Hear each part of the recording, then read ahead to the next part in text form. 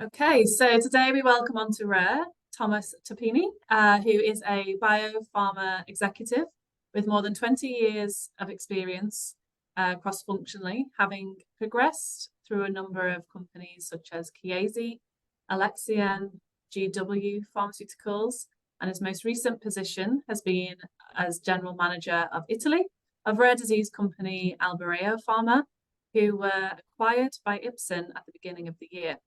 So welcome, Thomas. Can you talk us through your journey so far? Yeah, sure. Thank you, Laura, for having me. So my journey started 20 years ago, and my motive was always working in rare disease. I got a passion in cystic fibrosis when I was in Chiesi, and I followed that passion across all the other companies that actually came on my path. It was my decision to keep staying in this area because, per se, it's a very peculiar area where you can really mix science with commercial activities, with patient advocacy. So what I say, it's a very holistic area. And this is why I really enjoyed working in this area. Right. So you have a lot of experience having worked in several pharmaceutical and biotech companies across your career. So how have you seen the interaction or the relationship between pharma and biotech companies with patient advocacy groups evolve? So I think each company has its own DNA and is also represented in the way that they interact with patient advocacy groups. And also it depends a lot if you're dealing with a rare disease that is a completely new rare disease where there is no treatment available, and there is, for example, a diagnostic issue, or if it's a disease that is more known, so it's more about supporting them, where the patient organization, maybe it's very structured. So I had the chance to work in cystic fibrosis with patient advocacy groups that were very, very structured. You know, Cystic Fibrosis Foundation in the US is also in Europe. They do have a lot of representation, and they actually work with the companies in order really, with a plan in order to achieve common goals.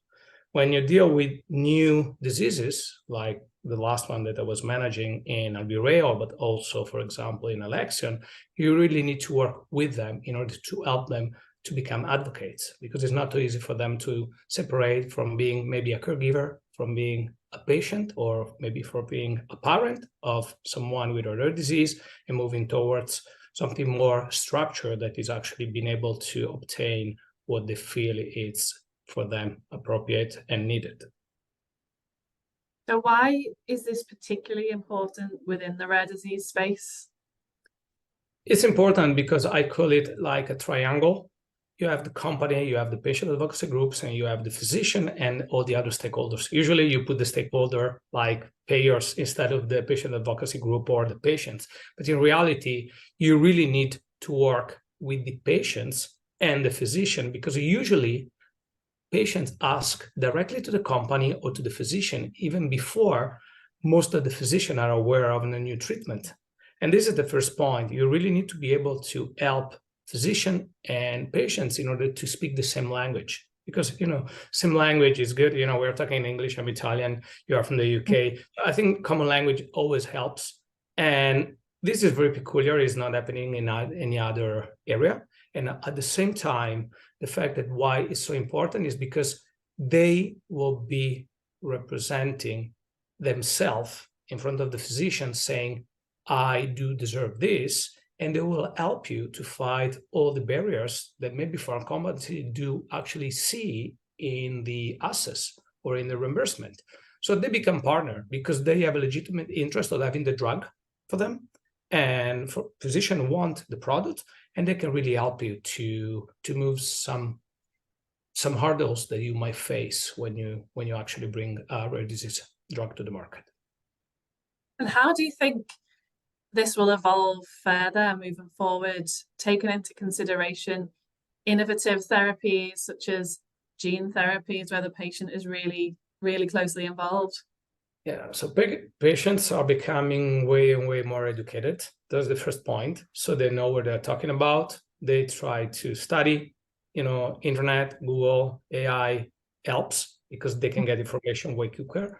At the same time, they start to also, I mean, patients, it will evolve the relationship, especially with these new advanced therapeutic products. Because sometimes they would like, and this is a very interesting point, to remove, to cancel the disease that they are facing, especially if they are parents or caregivers. And I think it's going to be very important to set the right expectation on gene therapies and, for example, on other treatment, because one of my considerations is that gene therapies are amazing therapies. Of course, they cannot change if a patient has been already developed, if you think about like neurological disorders, and cannot reverse the disease. So I think that these new therapies will be very fitted into organizing patient groups and also supporting for having early identification, because one of the rules of gene therapy is the sooner you treat, the better outcome you will get, because you can really change the natural course of the disease. So I do believe that the patient advocacy groups will start to be way more active in also collecting patients, being able to find patients for companies in order for them to be enrolled in the trials and be one key partner for the future development of rare disease drugs, way more than now, that basically we rely more on physicians. That's really interesting to hear, and it's really nice to shine the light on patient advocacy groups and the importance across the rare disease space. So thank you, Thomas, for taking the time to feature on Rare today and for sharing your insights. Thank you, Laura, for having me. It's been a pleasure.